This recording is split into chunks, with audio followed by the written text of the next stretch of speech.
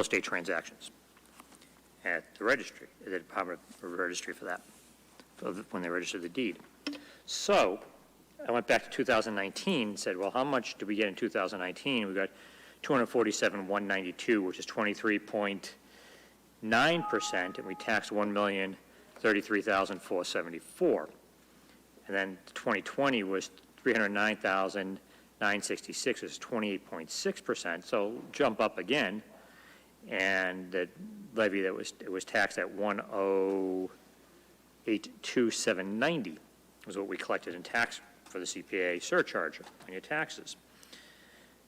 Something to keep in mind is the first $100,000 of your assessed value is not taxed for CPA. So if you own a condo that was assessed at $100,000 on Great Road, you're not paying into that. So I think it's something, you know, towns that did have the 3% got rounds 1 and 2. When I looked at other comparison communities, it wasn't really that much more. Hey, maybe 25, 30, 40, 50 grand most.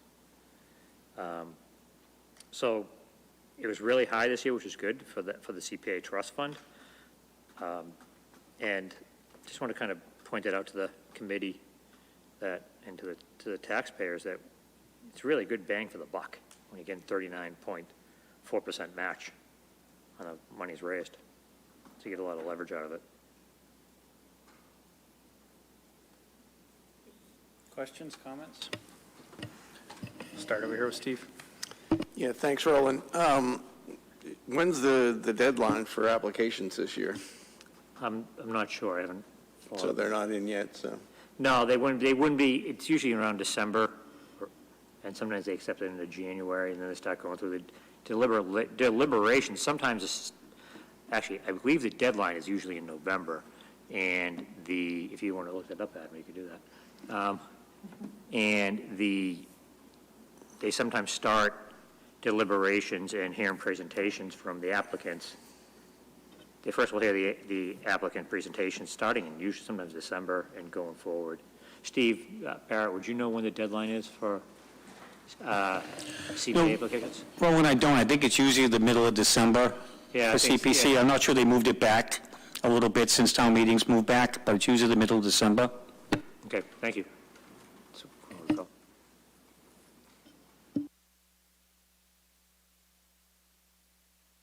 Sorry, go ahead. Isha, anything? Mr. Wellinghoff, Mr. Majors. Do you have any comments or questions on the CPA presentation? Okay. Update, sorry. Thank you, Roland. So let's move on to our point of view. Mike has printed us the copies.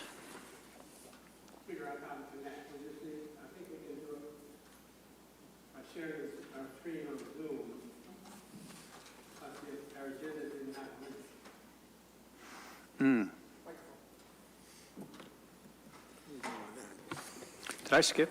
yeah, you skipped. I'm sorry.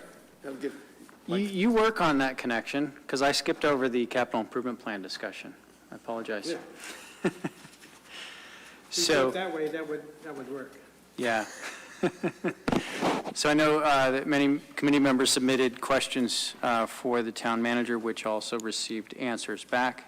And I think we can just open a discussion. Would anybody like to start with comments about the capital improvement plan? Specific items that we would like to shortlist, long list? Mr. Wellinghoff, go ahead. Yeah, thank you. Just a couple initial thoughts on this, and I know we've said this multiple times, but I'll reiterate is, thanks to the town manager and select board and everyone involved for just putting together a longer range plan of capital needs for the town. I think that's a wonderful thing, so I just can't say that enough.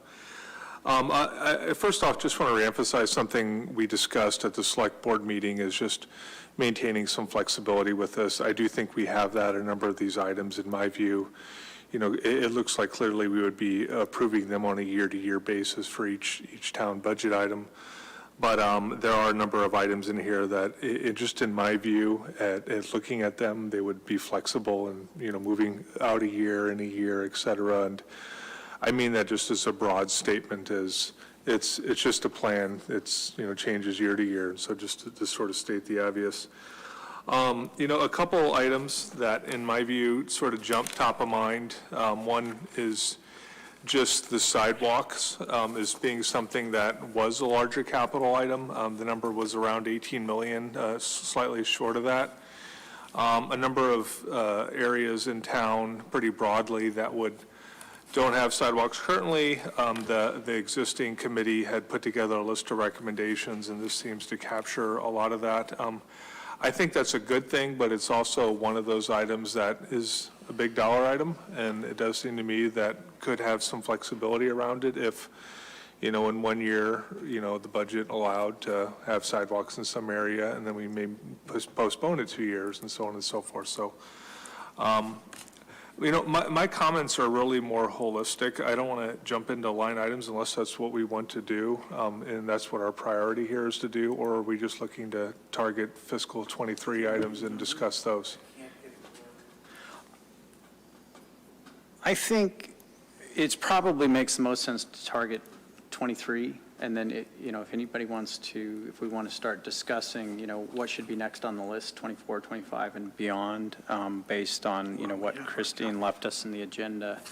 I don't think we need to come up with any hard, specific list, in my mind. Yeah, and maybe someone could correct me, but I believe the process is each of these individual items would likely be a warrant article, and at that point, they would be part of approval for the next town meeting next early summer. And so we would have a formal vote on them at some point earlier next year, and there would also be the budget Saturday. So I guess I'm just trying to filter out what we're looking to achieve here is just some high-level discussion and feedback going into the budget Saturday, or past feedback to the town manager initially. Is what's our focus on this? Yeah, I think at this point, a higher level discussion is fine. Since we're down 3 members with illnesses tonight anyway, I think a more detailed discussion would be better had with all 9 of us. Comment on your sidewalk, as long as, I've got my microphone on. I like that the town is taking this as an initiative. We moved to Acton in 2016, and I know sidewalks were a big topic then, and they have been since.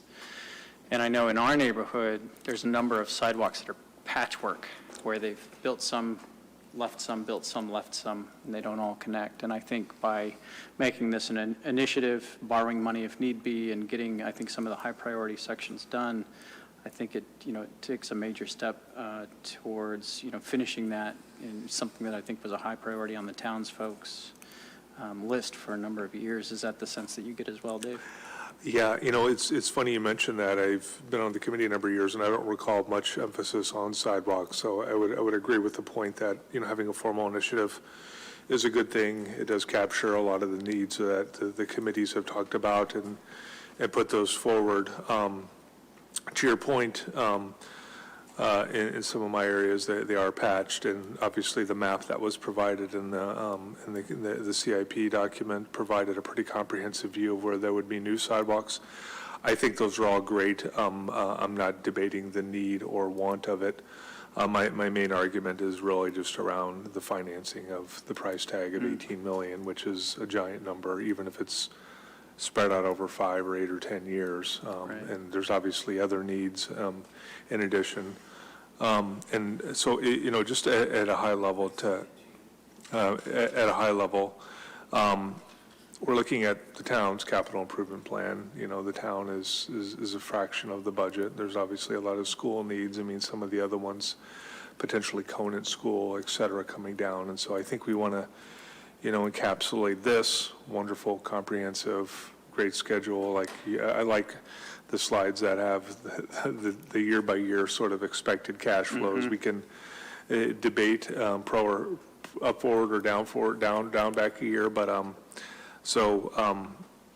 a high level, I guess my comments are probably more item by item, but I think it's great. I did send in a few comments to the town manager, and one was just I will point that one out. Just sort of the prioritization of these items, clearly they are in this document. They're at some point deemed to be of some level of priority. Are they must-have in the next 2 years? Are they nice-to-haves in the next 5 years? I would like to see that just from the perspective of budgeting, and maybe more for their sake, but for town needs. And so I'll stop short of really digging into anything. And I only mentioned the sidewalk just as a bigger ticket item rather than something I want to zero in on at this point. Sure, and while you're talking, it got my mind going that I think the idea Christine Russell was trying to put forth is that we make some sort of priority list if we want to for suggestions, and probably before the next ALG meeting would be a good time. So just to let you guys know, our next ALG meeting is December 16th, so we have time. So if any of you feel strongly about items on the CIP that you feel should be moved ahead, or have Particularly questions about whether they should be on there at all, or whatever the case may be, we should certainly revisit this at our next particularly fiscal 23, 24 items that have already been prioritized to the front of the list. Right. So I think that's good, and that would give us a little more structure around this rather than just me rambling on about, thought of the day on something. Well, sometimes all it takes is for one person to be looking at the document and have a question, and it gets an entire discussion going. So do you have any more comments on that? Some of them are line item based, and, I will say one question that I had submitted to John was, for example, picking on the police equipment and moving to more of a EV sort of nature and more specifically leasing them rather than owning them. Right. It does get into that area of, is this a recurring operating cost or a one-time capital need? And I think that's a really important distinction for the committee to think about, is that if this is a recurring, hey, we're making a lease payment and we know what the payment's going to be for the next 7 years versus a one-time payment up front that you depreciate over time, that makes a lot of changes, because then we're not talking about capital anymore. We're talking about operating costs of leasing buildings, of leasing laptops, of leasing what have you. So, Hang on. Thank you, Mike. Does Mike know that his speaker's on? Turn off Mike's microphone. Oh, yeah, that's the problem. Turn off his microphone.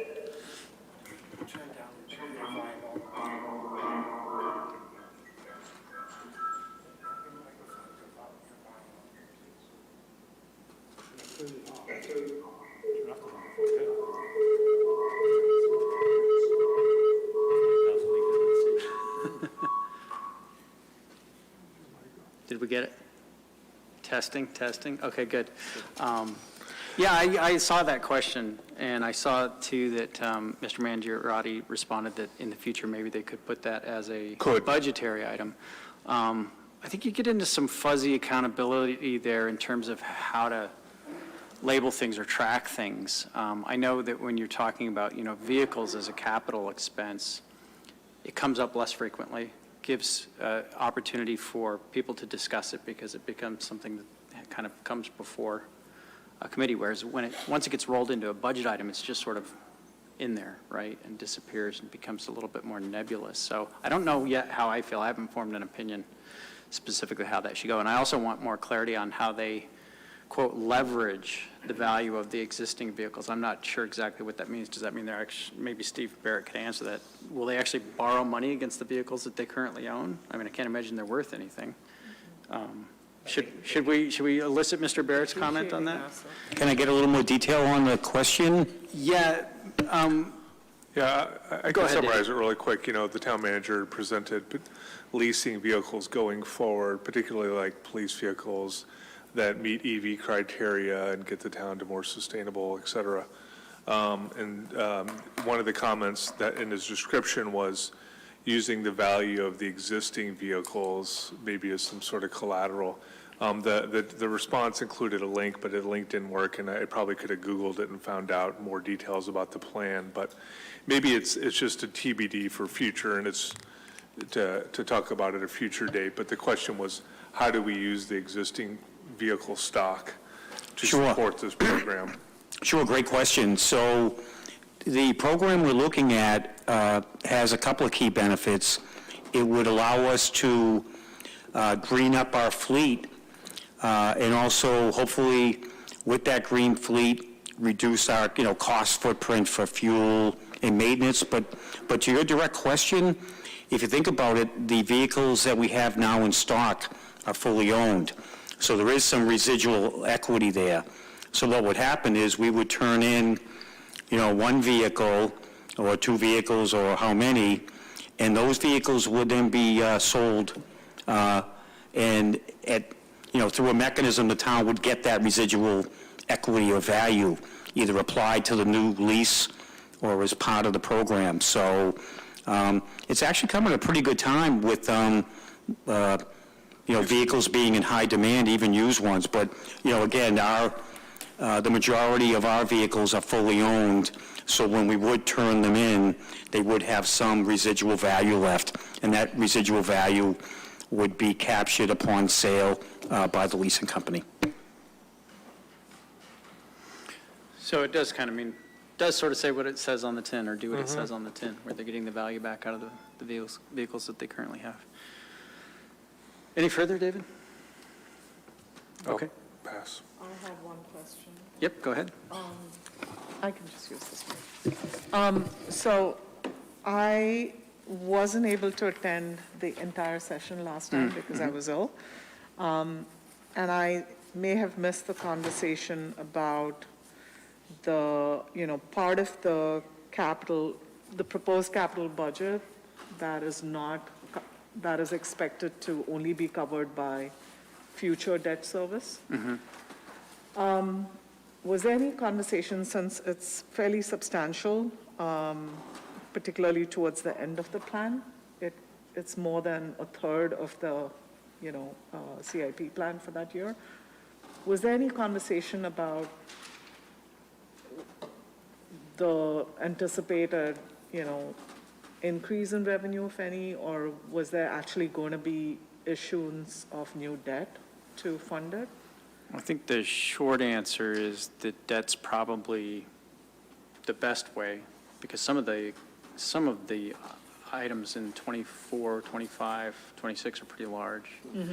We won't get that through, not even with an override, I wouldn't think. Yeah. So those will definitely be discussion points at town meeting, as Dave pointed out. These will have to be warrants. We did have a short discussion regarding sort of the amortization of all of that, which Mr. Mangiarotti pointed out, and I seem to recall it's like page 38 through 40, something like that, where they have a bit of an amortization schedule where they're showing those debts coming off. And I assume Mr. Neem can probably speak to this. Those would come in as excluded debt items, is that right? Most likely, yeah. Yeah. Okay. I think does that generally sum up the conversation that we had, do you think? Yeah. I have some comments beyond that, but Sure. I'll wait my turn. No worries, no worries. So, yeah, and these two gentlemen might be able to fill it in a little bit more, so. Okay, thank you. Yep. Roland? So some of the issues with sidewalks and patchwork is what, Dave was talking about, was that you have to get easement across somebody's property. And maybe property owners say, I'm not going to give you an easement across my property to put a sidewalk. That's why sometimes you see sidewalks shift side to side across the streets. If you go at Newtown Road out here, you start at Main Street, you come down, the sidewalk starts on the right-hand side, then it hits, I think it's Revolutionary, whatever the road is that goes across from my neighborhood, and the sidewalk ends.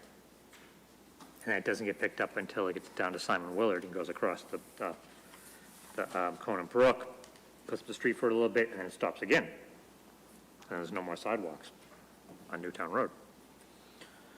And you do see people walking and everything else, and they walk on the road. So there may be some further down.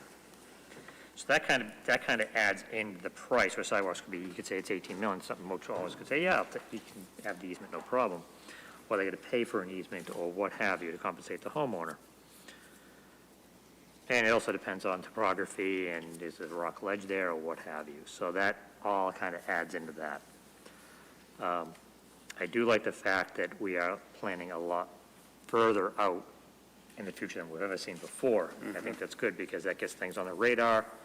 And as you said, with the flexibility, he may move some projects up. Maybe he gets some extra money one year, and he can move a project up or two, what have you. We were discussing earlier, Mr. Barrett and myself, and, you know, one of the capital items is replacing the laptops that are in the police cruisers that are 10 years old. And my opinion is technology on a corporate level, like our town level, should not be bought, they should be leased. So you have less problems with things becoming outdated on it, and that clearly at that point now, and they're inefficient. And if you have them on a lease, every 3 or 4 years, you're turning it over, and you're getting the latest and greatest equipment. It makes our officers and our police staff and our town staff a lot more productive. You know, when I first started in business, everybody had desktops. And some people got laptops and said, oh, you can definitely get a laptop. And then they gave everybody laptops because that's the standard now. And COVID hit and everybody's at home and you have your computer and you go to work. So I think, and I had mine replaced during COVID, and they mailed me a new laptop and away you go and you get it up and running. And I think that's something the town really should be looking at and doing that out of the operating budget with leasing versus buying and then holding a computer for 10 years and it becomes slower and slower and slower and slower because of upgrades and what have you. And it's kind of the same way with, you know, we buy our police cars, I understand that, and the fire trucks and things like that, and we keep calling them. The fire department just got a brand new F-150 hybrid. I haven't seen it up close and personal, but I saw it parked at the fire station yesterday. I'd like to know a little bit more about that one. But the question also comes down to is, and I've said this in the past multiple times, is how many vehicles does town hall really need? You know, does the building department need 4 vehicles, or can they really get by with 2? Now they have 4 or 3 or whatever. So I think a study really needs to be done on that level. So what do we really need? You know, when you look at the transfer station, the highway department, all those, I understand the cemeteries and stuff. Yeah, they need their equipment, and I get that. But as we're seeing, more and more things are becoming electrified. And I saw a thing today and watched a video on it, was an electric fire truck. That was pretty impressive. You know, and I could see that here, where the fire truck goes out and has to run to an accident, and then it's out for a half an hour, and then it's back in the station again. So it might be something that we need to look at in the future, obviously as things get electrified, of the fire truck. But that brings to the point of now the fire stations that need to be upgraded, and it's been on the plan for many years, and hopefully they can start getting something rolling with the remaining fire stations once the new fire station is online and up and running, and we all get a tour of that to see what it's like. So I applaud the town for taking this step into doing this long-range planning. It's something that's vitally important. I wish it was done 10 years ago.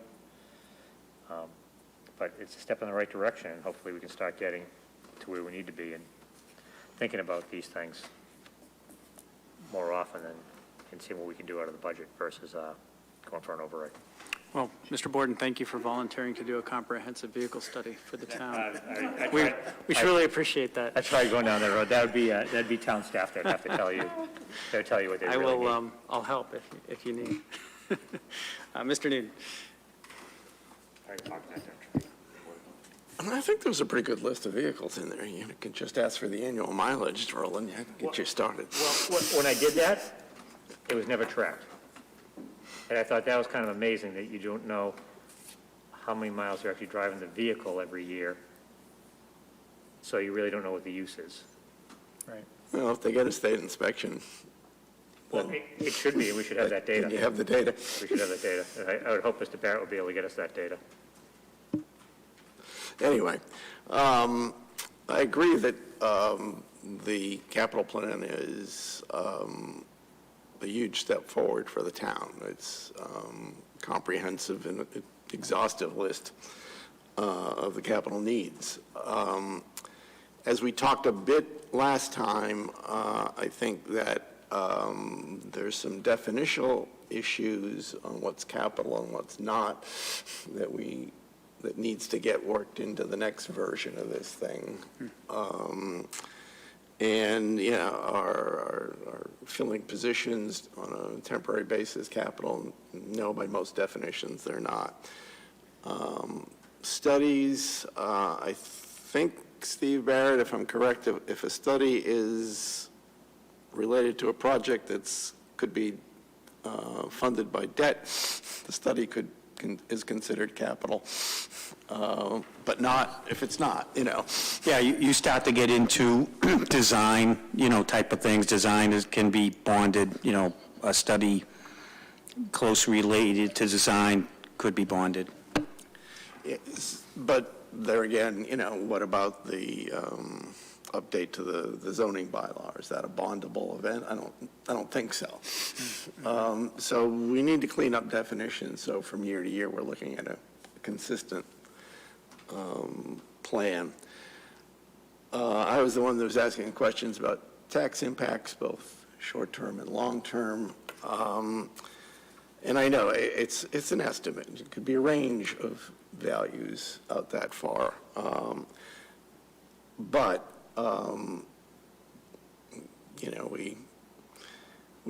I guess we all own homes and things like that. And your list of what you perceive to be your needs is almost much greater than your ability to pay for those needs. So listing our capital needs in a very organized and well thought out way is great, but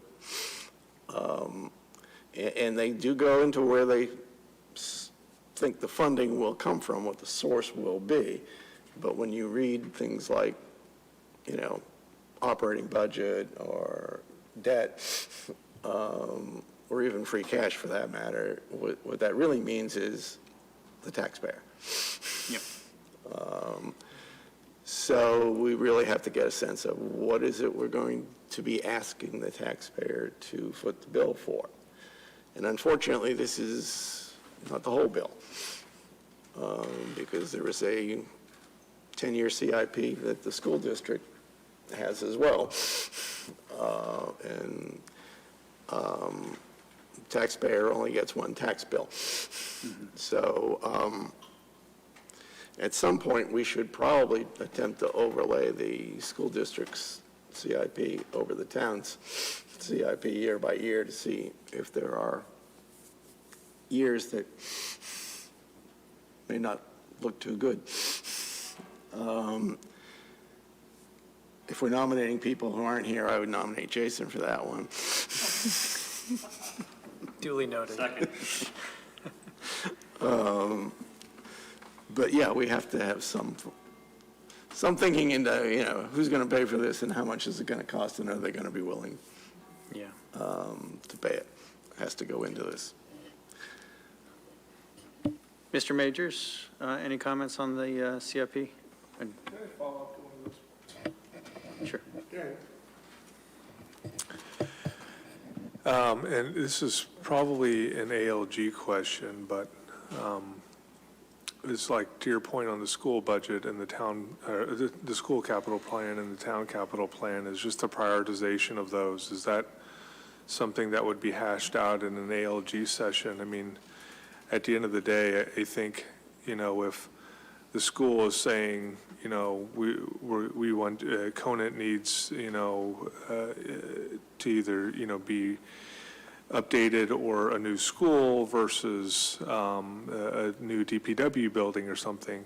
I mean, there's a group that would essentially prioritize those. Can I take a shot at that one? Yes, please.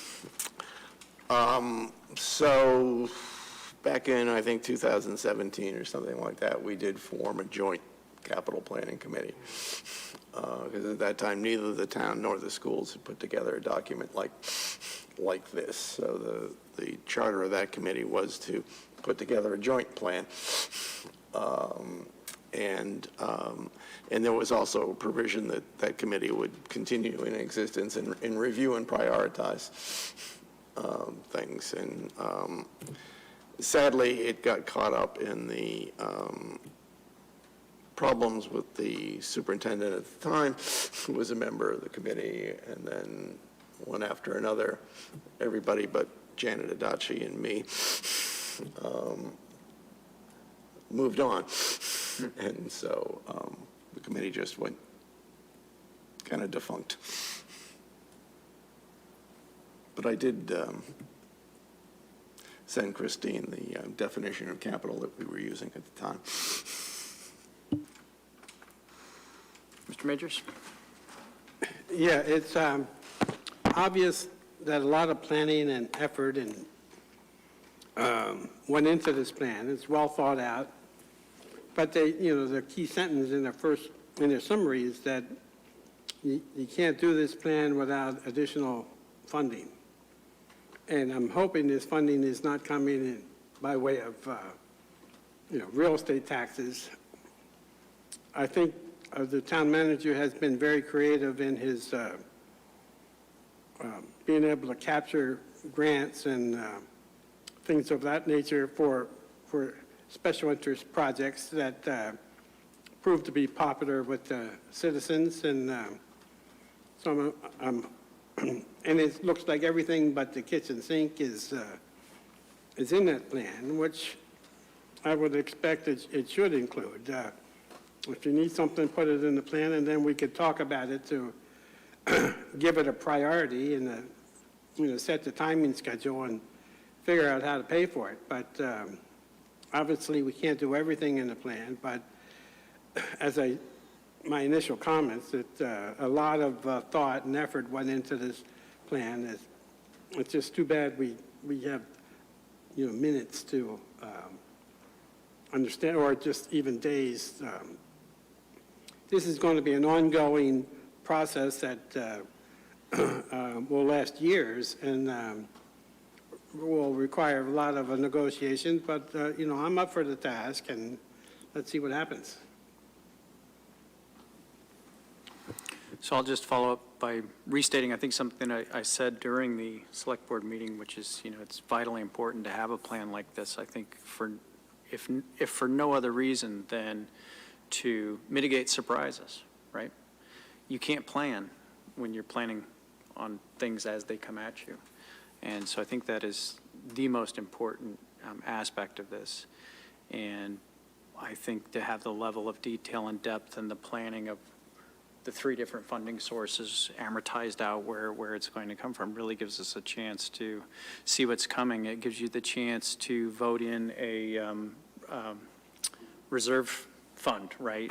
Like a capital reserve fund, saying, okay, well, we know that, say, in 26, we won't be able to exclude enough debt to pay for all of this, so let's start charging the taxpayer an extra $100 a year now, from now until 26 or now until 28, so that we have this fund that has, $4 million in it or something at the time that we know that we need to break ground on a project. So you can't do that without a plan like this, and I think that's fantastic. Mr. Nin. Yeah, so while we're throwing out compliments to everybody else, here's one for us. These plans wouldn't exist except we started this, what, Dave, 7, 8 years ago? Yeah. For a while, we were a voice crying in the wilderness, we need to plan for capital, but eventually we got there. Good. So any other comments, questions, Ms. Ganguly? No?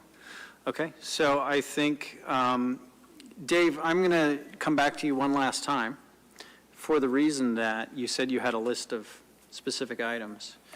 And since we're here and we're in meeting, I wanted to ask you, do you want to just quickly go down your list so that it's in the public record and then give everybody kind of a little bit of tickler in their mind what they might want to look at to help your comments? Mainly because I'd rather do it, I guess, think comprehensively with the whole group together. Okay. Rather than just one off mine. And also, not that anybody, it's kind of, I think, listen too closely, but I don't want to bias anybody with my sort of reaction to some of them or my thoughts on some of them. So, Okay.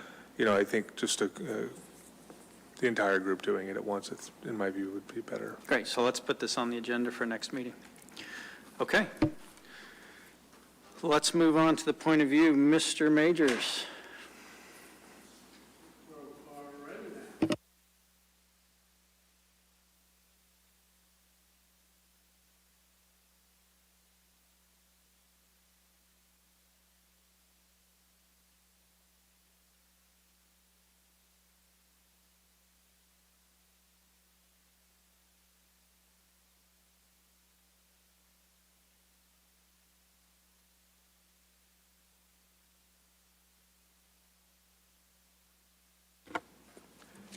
Thank the efforts of our finance department. They've been very helpful in this research and analysis. So this is our annual point of view document, but I think the main difference between this and prior years, I think we put a little more substance in it and a little more long-range perspective. And let's see how it goes.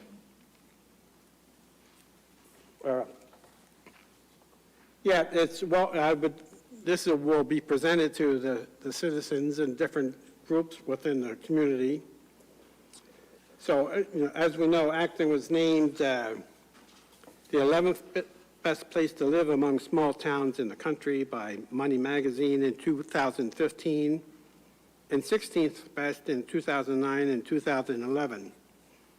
For the 7th year running, the town of Acton has been awarded the Certificate of Achievement for Excellence in Financial Reporting by the Government Finance Officers Association, and the Finance Department deserves a lot of credit for that 7th consecutive award.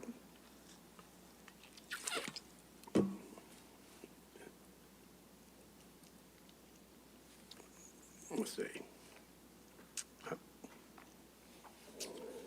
Speaking of Acton from an economic point of view, we did some research on the median household income, the median home value, unemployment rates, compared it to Middlesex County and Massachusetts. And when compared to Massachusetts and the Middlesex County, we're weathering the current economy in a solid financial position. Although as a whole, Acton has been doing very well, we should keep in mind that inflation, the prolonged labor, energy, and supply chain issues are a threat to our businesses, large and small, and can be expected to impact Acton households for the next few years in a negative manner.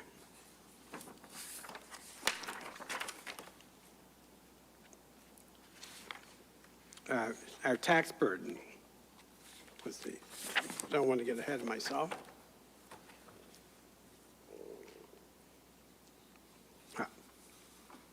Financially, as the slide says, we've been fortunate to have a 99% collection rate for our real estate taxes. We have a comfortable level of reserves, and our bond rating is AAA by Standard & Poor's. And the town's stable industrial base really plays a role in the town's fiscal stability. Acton's commercial economic base has remained stable over the last 10 years. Our reserves going into the next budget cycle are $6.2 million.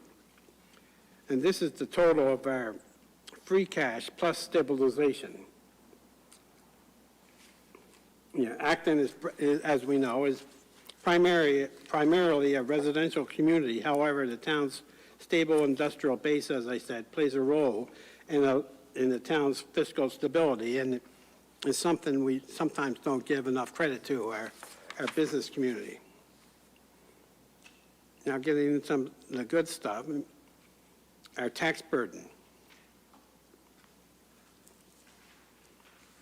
As you can see, we listed the effective tax rate for the last 5 years, median home values, median family incomes, median household incomes, because they changed the metric, the Census Bureau, median tax burden, and the tax bill as a percent of income for the median family, the tax bill as a percent of income of median household.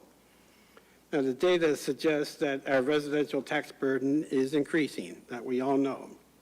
Housing costs in Acton are among some of the highest in the nation, although real estate prices here don't compare to real estate prices in the most expensive communities in Massachusetts. The town's residential assessed values have risen in each of the last 8 fiscal years to its highest value ever. The building department has issued 1,400 building permits in the fiscal year ending of 2020, and it's worth an estimated construction value of $127 million. This includes $83 million for the new Boardwalk Elementary School. The FY22 tax burden in this chart has been calculated using the median home value and median household value. You know, we have some data on how they compare to other communities within the Middlesex, but it might be the topic for another day. Obviously, we don't have the lowest tax rate. Now here gets some good stuff. Talking about some demographics. This is a new area in our point of view document that really talks about the community and how it's changing. The face of Acton is becoming more ethnically diverse with each passing year. The people who call Acton home describe themselves as belonging to a variety of racial and ethnic groups. The greatest number of Acton residents report their race to be white, followed by Asian. Yes, currently almost 69% white, 26% Asian. Acton has a diversity score of 87 out of 100. Acton has 2,041 Chinese Americans in 2010, a 151% increase from 2000, and the 9th largest Chinese population in Massachusetts. In 2000, Acton's foreign-born population was 14%. In 2020, 26.2% of the residents of Acton were foreign-born. The Massachusetts average is 16.8. So, you know, we are becoming more and more ethnically diverse, and that's really been, I think, an asset. Some household data. We go into housing units, how many renters, how many owners, vacant units. One question that we're asked is individuals over 65, and we do have a number now. Individuals 65 or older living alone is 23% of the homeowners in town. 43% of the homeowners have children under 18 years old. Of the 8,503 occupied households, 42.7% have children under the age of 18 living with them. 63.5% were husband-wife married couples living together. 23% of all households were occupied by individuals 65 years of age or older living alone. We have metrics on the percent of income that they use to pay their mortgage. And we also included a wealth index, which we could explore at another time. But, we have charts and graphs that hopefully tell the story. For our spending, the school budget has this year is a budget of $67,500,000, and the town budget is like half of that, $37,807,000. The budget is consistent with our recommendation to limit the operating expenses to about 10% increases. The budget is $37,802,832, which is a 2.5% increase over last year. For the schools, as with the town, excuse me, really have a dry mouth. Oh, what's happening to my...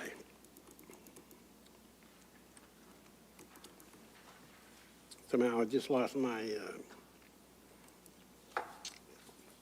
Oh, we have our slides. You have our handouts. I'll keep going, though. Everyone has, we're on the 7th slide. It's our town spending for FY22. The budget is, I thought, for the schools, as with the town, the largest category is the cost of people to provide services to our students. Salaries and benefits account for more than 79% of our total school budget. Special education accounts for 6%, and capital debt and debt add another 7%. The assessment total is the net amount paid by Acton taxpayers after subtracting revenue that the region receives in state aid, which this year was about $18 million, and the Boxborough share, which is about $12 million. And we have them all defined on the neat charts. Now, for the town, approximately 72% of the town of Acton spending goes to salaries and benefits.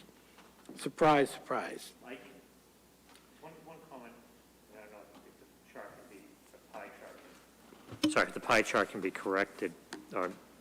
We're on if I hold slide it- 7. Yeah, on slide 7. On the school side, you have salary and fringes together. And on the town side, we have broken out. Say that again? So- I can't. So if you look at the chart, right, you look at the pie chart, I'll have Adam show it to you. Okay. Salary and fringes on the school budget are combined into one versus on These two separate. ours, as on the town municipal side, it's broken out.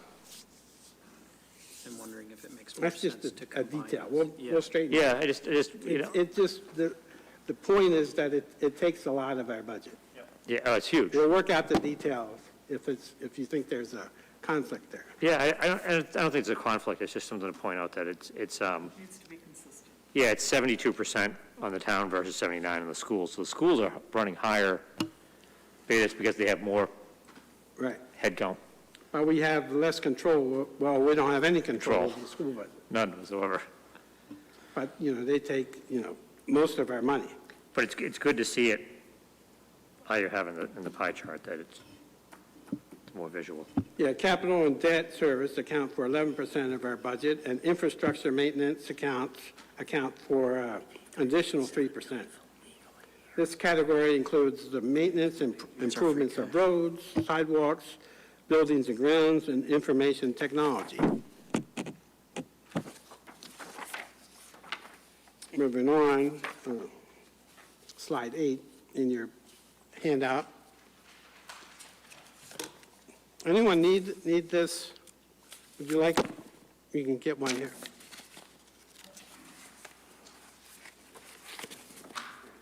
Oh.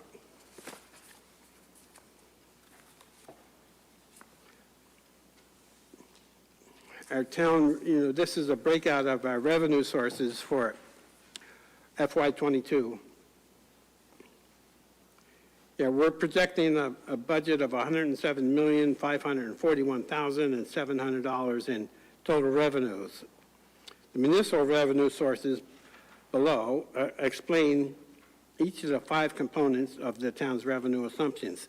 We get revenue from 5 different ways mainly, and that's through the tax levy.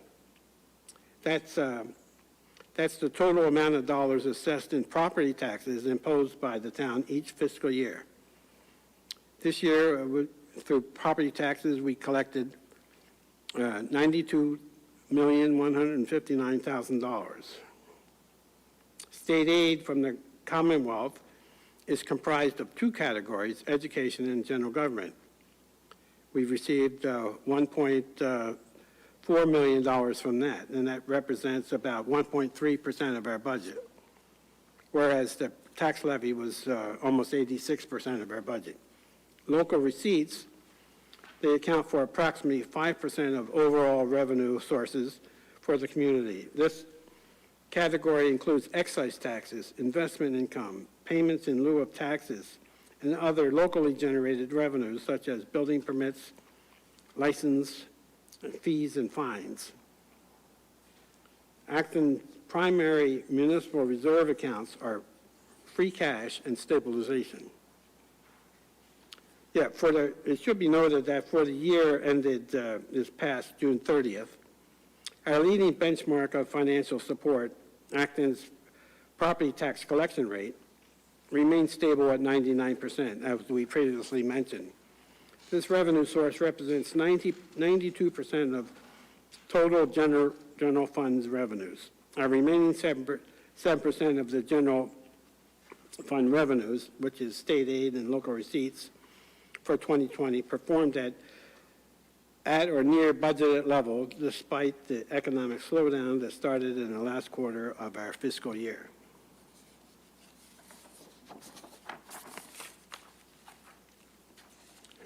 On to the next slide. Slide 9.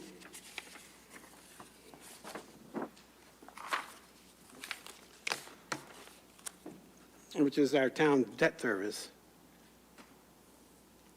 And you guys wanted to see that go out to where it ends 2050. There's your chart for 2050.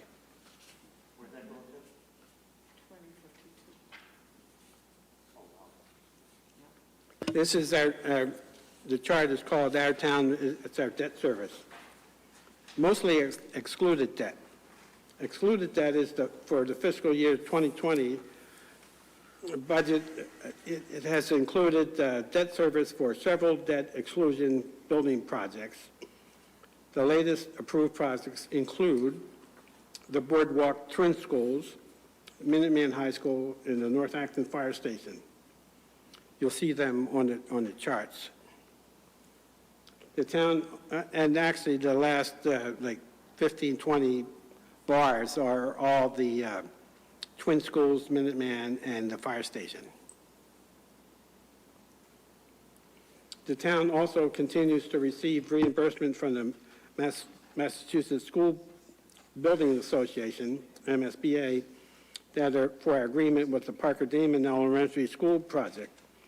The town's bond rating, AAA, was reaffirmed in February 2021.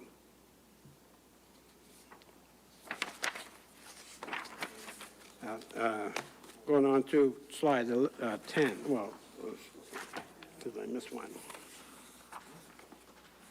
10.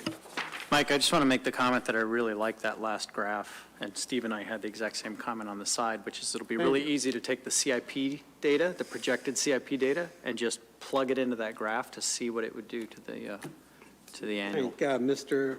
Barrett for his assistance and his Thank you, Mr. efficient Barrett. department. Although there are still some numbers in, like the town has some stuff in there it might not be included that we'll be fixing shortly. Some miscellaneous stuff that's still in the books that we're researching. Free cash.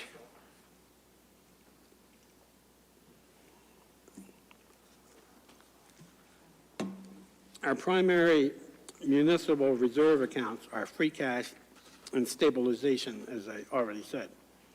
Free cash is a revenue source that results from the calculation, as of July 1st, of a community's remaining unrestricted funds from operations of the previous fiscal year based on the balance sheet as of June 30th. I think that's right, Mr. Steve. Stabilization is a fund designated to accumulate amounts for capital and other future spending purposes. An appropriation from stabilization requires 2/3 vote at town meeting. Sustaining these reserve accounts will allow us to fund important initiatives and capital projects during times of national and local fiscal uncertainty. The Massachusetts Division of Local Services recommends that communities maintain free cash levels between 3 and 5% of the annual budget. Our current free cash level is $4.8 million, or 4.3% of the FY23 total ALG spending plan. We also have an additional 1.45 in the stabilization account. I think that's Mike? great. What is Series 4? Is that an error What is what? there? Series 4, you see where that yellow line is? It says Series 4 on the top. And it's also on the Excel spreadsheet below. Oh, that's, actually, that was, we were working on that chart, I was working on that chart, and there's a, that is supposed to be, we had trouble with PowerPoint talking to Excel. That is, it's going to be on the other axis. It's the, it'll be a graph of the 35% of our budget. It'll be like the 9.5%. And the third line of data, that's what that's supposed to be. I didn't check that. Okay, But it was in there, and then it somehow disappeared when we printed it. okay. But Thank that's you. what that will be. It will be percent of the budget. And the scale will be on the other side of the chart. So the Okay, free ca- great. So that will say what the free cash is percentage of the budget. What do you think? So, sorry, so that would be a percentage of free cash to the budget? Is that what we're talking about? No, it's percent of our budget, of our free cash budget, yeah. You see the numbers there. It's like Yeah, in fiscal 15, it was 9.5%. This year, we're estimating it'll be down to 4.34%. oh, okay. So we're going to plot that on that chart, but, Got it. and it was plotted, but somehow it disappeared. Okay. Thanks, Mike. That's why it says Series 4. Somehow that data got corrupted.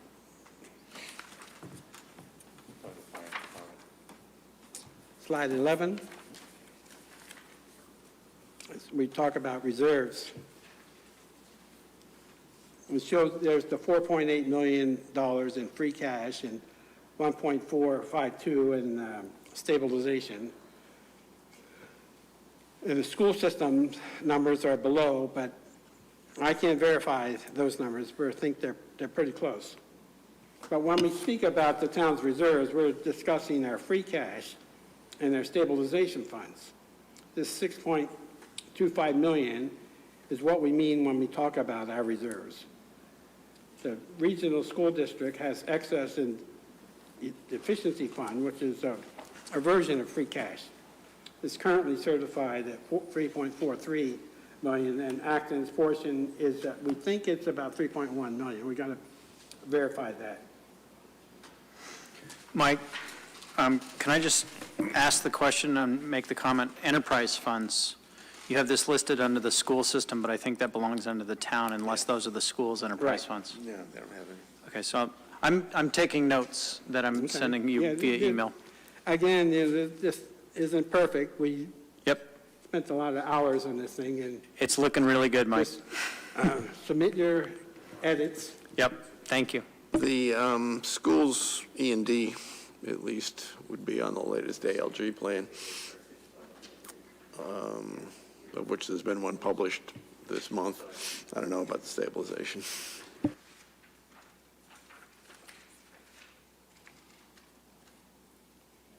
Yeah, the other reserves involve our town's enterprise funds, septage, transfer station, sewage, ambulance, and transportation. These are funded by the people who use them, and their reserves can only be used within the budgets and not for general town purposes.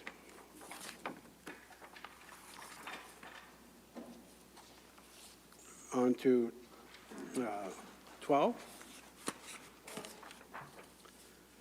This is what we talked about in prior weeks, recommendations, future capital projects. So feel free to, critique this, because these are basically your comments, and at least in the bulleted items. Should approach capital projects with extreme caution, such as continue outside funding where possible, such as ARPA funds, grants, and so forth. You should fund ongoing maintenance within our operating budget. Prioritize future capital needs well before they become critical. CIP should continue to focus on finding ways to support Acton's local business community and leverage federal and state grants and other sources such as the American Rescue Plan Act funds. The town should approach these things with caution. Although it's essential to take advantage of funding sources such as those that impact the school building project and Kelly's Corner initiatives, all other capital projects should be considered only if the need is great and negative impact of inaction exceeds that of the budget implications. There is still economic uncertainty that may impact our budget. Acton has done an excellent job in bringing in state and federal funding and grants to aid us in our larger projects. We've utilized the MSBA partnerships for school-related projects, community preservation funds for the preservation of historic buildings, the development of affordable housing, and the acquisition and development of outdoor recreational facilities. And we tapped Mass DOT money for the development of our Kelly's Corner project. This is one of Acton's strengths, and we commend past efforts and encourage the town and schools to continue to find ways to tap these and other resources as we move forward addressing Acton's needs.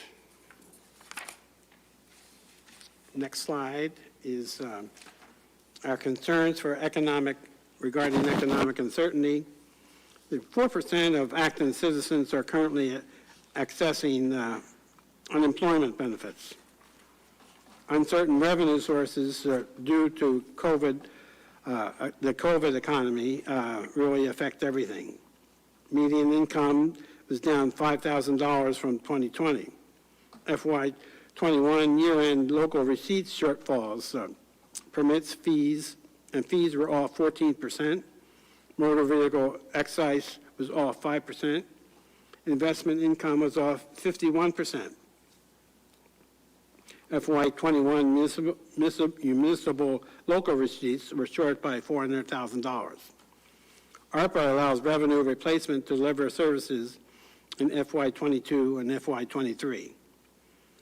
We're in an unprecedented period of supply chain and employment issues that generate economic uncertainty. Although the unemployment rate for Acton has stabilized, continued restrictions due to the impact of the coronavirus are expected to continue indefinitely. Expenses related specifically to COVID-19 may be eligible for reimbursement through the CARES Act, but lost revenue due to the impact of necessary stay-at-home orders and other health safety measures are not eligible for federal funding at this time. Next slide is recommendations for future, slide 12. Got to back up 2 slides. That's it. Or did I already cover it? Oh, we already covered it. Sorry, never mind. Where are we at? 15 is, you're right.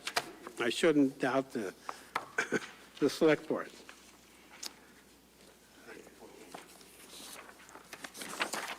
Our concerns, we talk about OPEB. That OPEB is other post-employment benefits.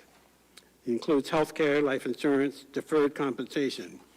$15.3 million is owed by the town, and we've been investing $600,000 per year, which is pretty aggressive. 2020 liability decreased by $854,000 from 2018, and funded ratio is 33.4%, and fully funded, and will be fully funded in 2034. OPEB represents our legal obligation to pay for 50% of our retirees' health care, life insurance, and other similar benefits for life, and it does not include pensions. It's an existing liability, meaning it's a debt that the schools and the town have already taken on and must plan to pay for. As employees retire, the town and school need to have funds set aside to cover these expenses, these benefits. The town has been investing vigorously in its OPEB liability to reduce the unfunded portion of this debt as aggressively as possible. Their rigorous approach to catching up means that we can expect to see their debt fully funded within the next 13 years. Thank you, Mr. Steve Noon, for that. The school has taken a slower approach to funding their OPEB liability. At the current rate, they will not see the end of that debt for 39 years. They cut off the last two digits. 2059 is the fully funded year. 2060? No. They're printed here. 2059? Huh? Oh, Oh, that's, we fixed that. it's on that one. It's not, because this is that same, yeah, it's right there. So I think On we OPEB, gotta, If I take the 15.3 million that's owed by the town, and I take out Yeah. 600,000 per year, it's going to take That was fixed 25.5 this years to afternoon. make up that 15.3 million. It's not algebra, it's actuarial science that comes up with the year. So there's next slide. flows in and out please. every year. So they're counting flows and Yeah, investment returns. maybe. investment Right. returns and all that stuff. Quick Medical inflation. point. So the word fully should not be In reality, capitalized 2032 is not. Right, for both of them? okay. Yeah. Write it down, I'll never remember. Okay, Send me a note. okay. Slide 15, which is our recommendations for addressing OPEB. For the town, we continue funding at the current levels because we're pretty aggressive to begin with. Acton's funding is a strength compared to other towns. The aggressive funding and its earnings on investment on the OPEB Trust Fund caused a small current year decrease in the net OPEB liability, $35,000. The school district, they should increase their current funding by $100,000 to $1 million per year. 1.4 yearly investment required to fully address service costs within a timely manner. Okay, that's it for our recommendations for OPEB. 16, ARPA. You know, we don't know a lot about the details in ARPA, but we have some recommendations. Our first priority was to make sure we backfill all clearly, at least as a strategy, backfill all clearly defined COVID-related losses. And so that's, we have to prove lost revenue. And we direct COVID costs already absorbed. FinCom priority 2, invest only in previously identified CIP projects. Do not fund new initiatives that will have ongoing costs with one-time monies. That means if something has an ongoing cost, like maintenance and things of that, it shouldn't qualify for ARPA funds. In our Headcount opinion. additions. The Select Board recommended a $7 million investment plan on October the 18th, 2021. Yeah, the town of Acton received $7,072,733 in funds from the American Rescue Plan Act, ARPA, to address the impacts of the COVID-19 pandemic. Acton has successfully utilized several previous funding programs to support local families and businesses and to provide resources to our public health officials and first responders. Next slide. This is a chart that I took a crack at looking at their list that they agreed to, or would like to agree to, how that money would be spent. I gave a sample of some of the larger major projects, but it's like 0.1% is for administration costs. Revenue replacement funds are 13% of that $7 million. Infrastructure covers $27 million. The category that addresses negative economic impacts is 11%. Projects or initiatives to support public health response is, actually, the number, but that's a pretty high number. And equity-focused services are 30%, 31% of that budget. So we really can't comment too much because we don't know.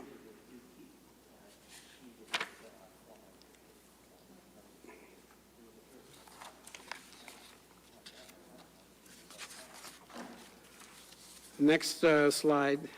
And again, that slide is just, I looked at that one-page chart that you guys had by category and tried to sort of summarize it. Slide 18 is strategies for economic uncertainty. The reason this first bullet is highlighted in yellow, obviously the Finance Committee has to talk about that because I don't know if that's what we agreed to, but or at least that's the words we agreed to, but I don't know if that's what our policy should be. So we're open for discussion. Obviously, the next, we spend cautiously, we eliminate redundant services, continue aggressive funding for OPEB, create a detailed expense forecast for 3 to 5 years and a 10-year capital plan. Costs other than compensation should be level funded. Projected cost increases will be proportional to the revenue raised by a 2.5% tax increase. That's I'm sort of modified some of the language by Steve Noon.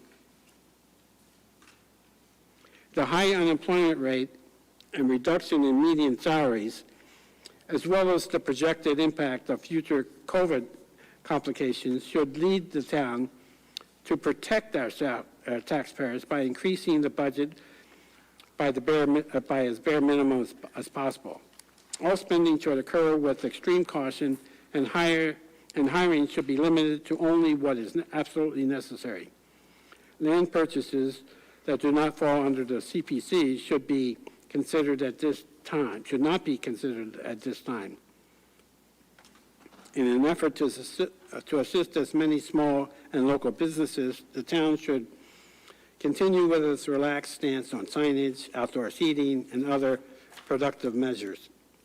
In order to mitigate the impact of anticipated reduced revenue, the ALG should create a list of potential cost reductions for FY23 that total somewhere between $1 and $1.3 million. This should not include skipping the OPEB contribution. ALG should ask for a detailed forecast of expenses for FY23 through 25. Based on that analysis, ALG should develop a prioritized list of cost reductions and revenue enhancements totaling at least $4 million. These could be implemented at one at a time based on the severity of the economic impact over time. A Prop 2.5 override and staff layoffs should not be considered at this time. The next slide is concerns for future capital projects. Proposed capital improvement plan invests a total of $76.8 million in the community. Acton should continue to develop programs and initiatives that help retain existing businesses and attract new commercial investments in the community. A 10-year plan is not feasible without additional revenue sources. Capital planning will be an ongoing annual process.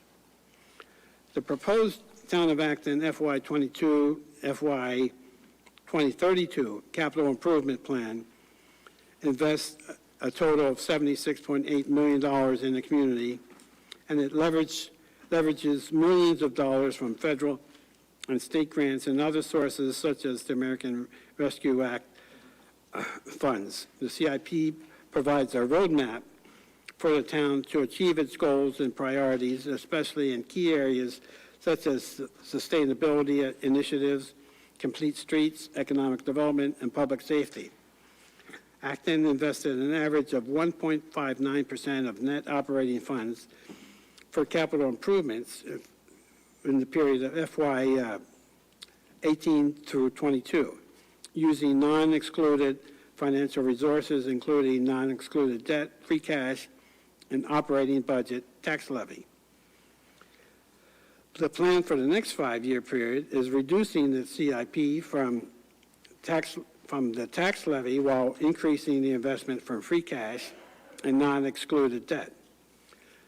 Some major projects that are in the plan this year include sidewalk expansion, the River Street Dam project, roadway improvements and complete street projects, sustainability program initiatives, transition of vehicle fleets to EV and hybrids, and improvements to the Department of Public Works. Next slide is concerns for our people. Yeah, compensation is our largest budgetary item. The past 5 years of compensation has grown greater than or equal to 4%. Tax bills have increased over $510 per year on average for the past 3 years. That's FY 19 through 21. Middlesex assessment is likely to increase beyond 6.5%. Health Insurance Trust predicts a 10% rate hike. The long-term impact of COVID-19 pandemic for OPEB is still unknown, but the results do not include the impact of the following. It could be such as short-term or long-term impacts on mortality of the covered population, the short-term impact on healthcare costs, the potential for federal or state fiscal relief.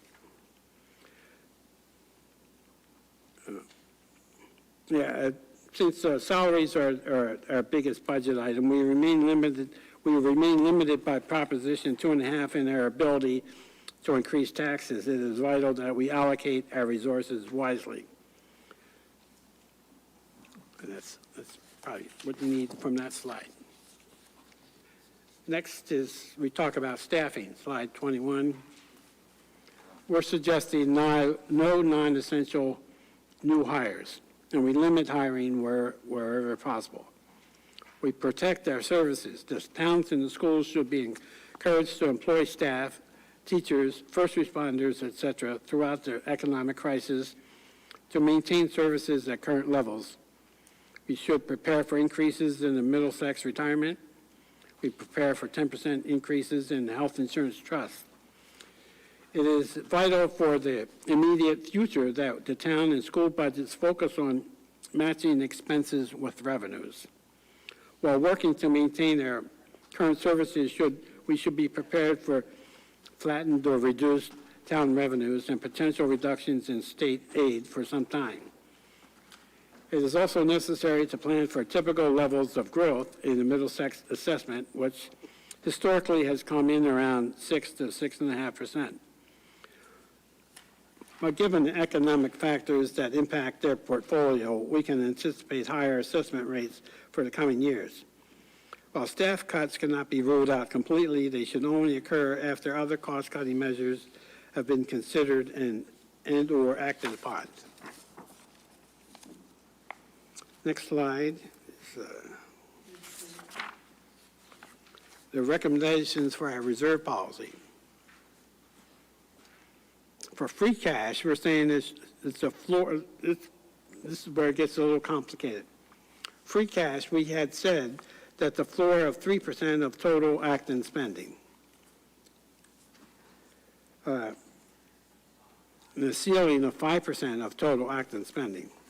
Stabilization fund for CIP projects, strategic use of free cash and E&D.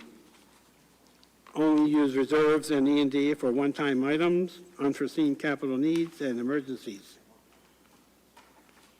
Now, unless we steeply curb spending, it will not be possible to preserve our free cash reserves above the 3% floor.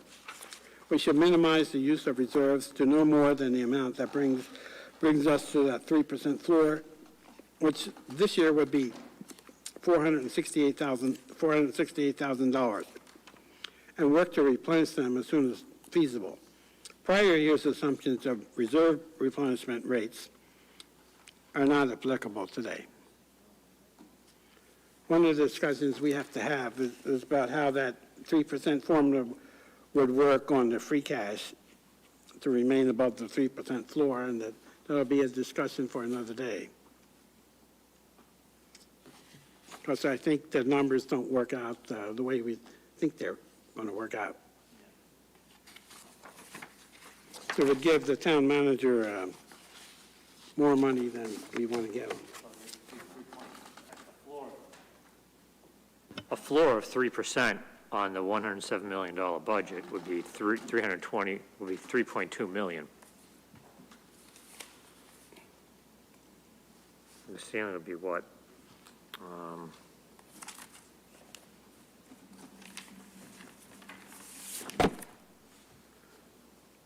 Well, 3% of 107 million. Right. This is total active spending. It's not, Right. it's not, then you're looking at a maximum of 5.3 on the ceiling. But do you want to give the town manager $1.6 million to spend? No, I don't want to give him anything, but I didn't think so. Concerns and recommendations for land purchases. What's the next slide? 23. Make no future land purchases without clarity, or without clearly identifying the town's purpose for owning the property. There should be a clear, long-range funding maintenance strategy in place prior to any land purchase. The Finance Committee recommends a freeze across the board on land purchases that are not CPC funded, and of those, only if the project does not require bonding. Next slide. We thought this would be a short presentation. 22. Oh, we already did that. Did we do that? Mike, we need you to pare this down to 5 minutes for town meeting, please. Sure.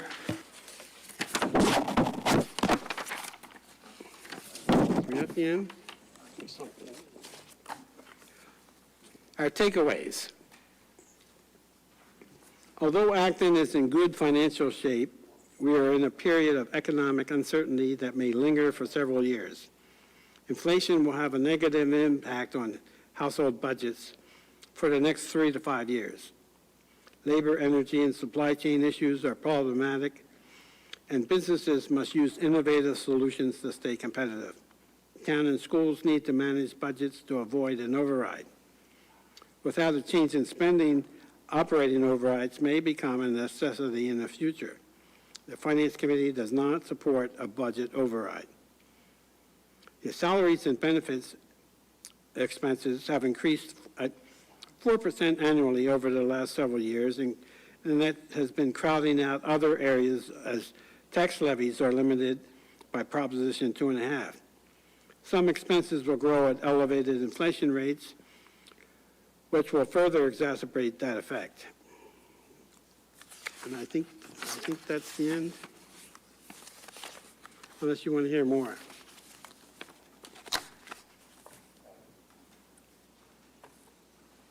Mike, thank you. The amount of work is really showing. It has come a long way. So I don't have any specific comments other than I took notes as you went through. Any comments people passed to me on little things, so I can just send that to you by email. Who else is working on this with you? I'll make sure they get copied. Oh, Roland was Roland, helping. okay. So I'll copy you and the Roland Finance Department. and Christine. A big assist. So is Barrett. mostly typos at this point? Mr. Barrett on that, too. Okay. Yeah, I'll give you, I'll trade you. Yeah, great. I would ask my fellow committee members to look at slide 12, which was a bunch, It's after slide 11. let me see. Recommended capital future projects.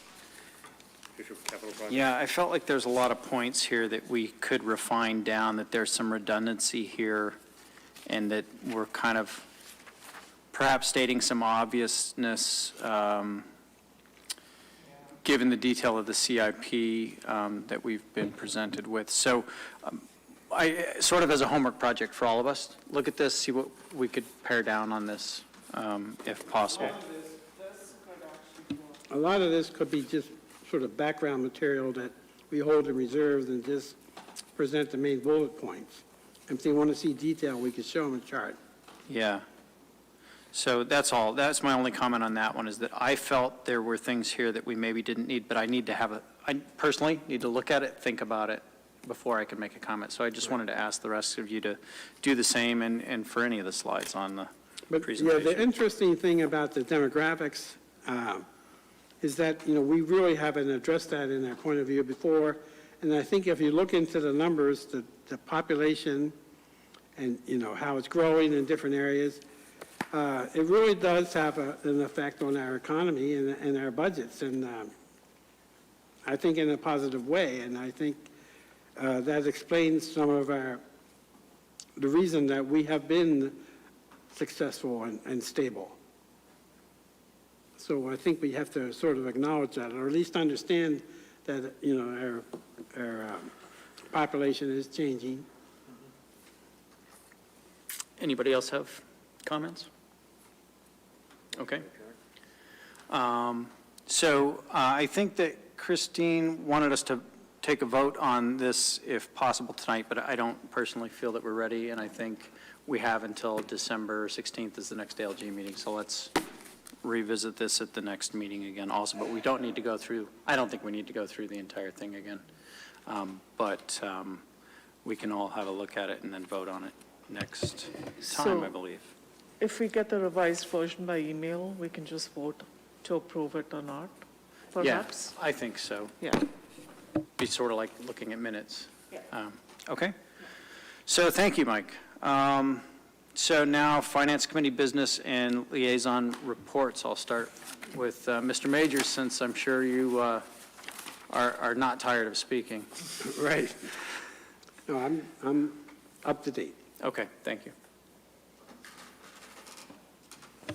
I am prepared to second a motion. Ms. Gangali, any reports? Not from me, thank Okay. you. Mr. Rowland? Good. I'm good. Mr. Noon, I have nothing as well. I will entertain a motion. No, we're not going to vote.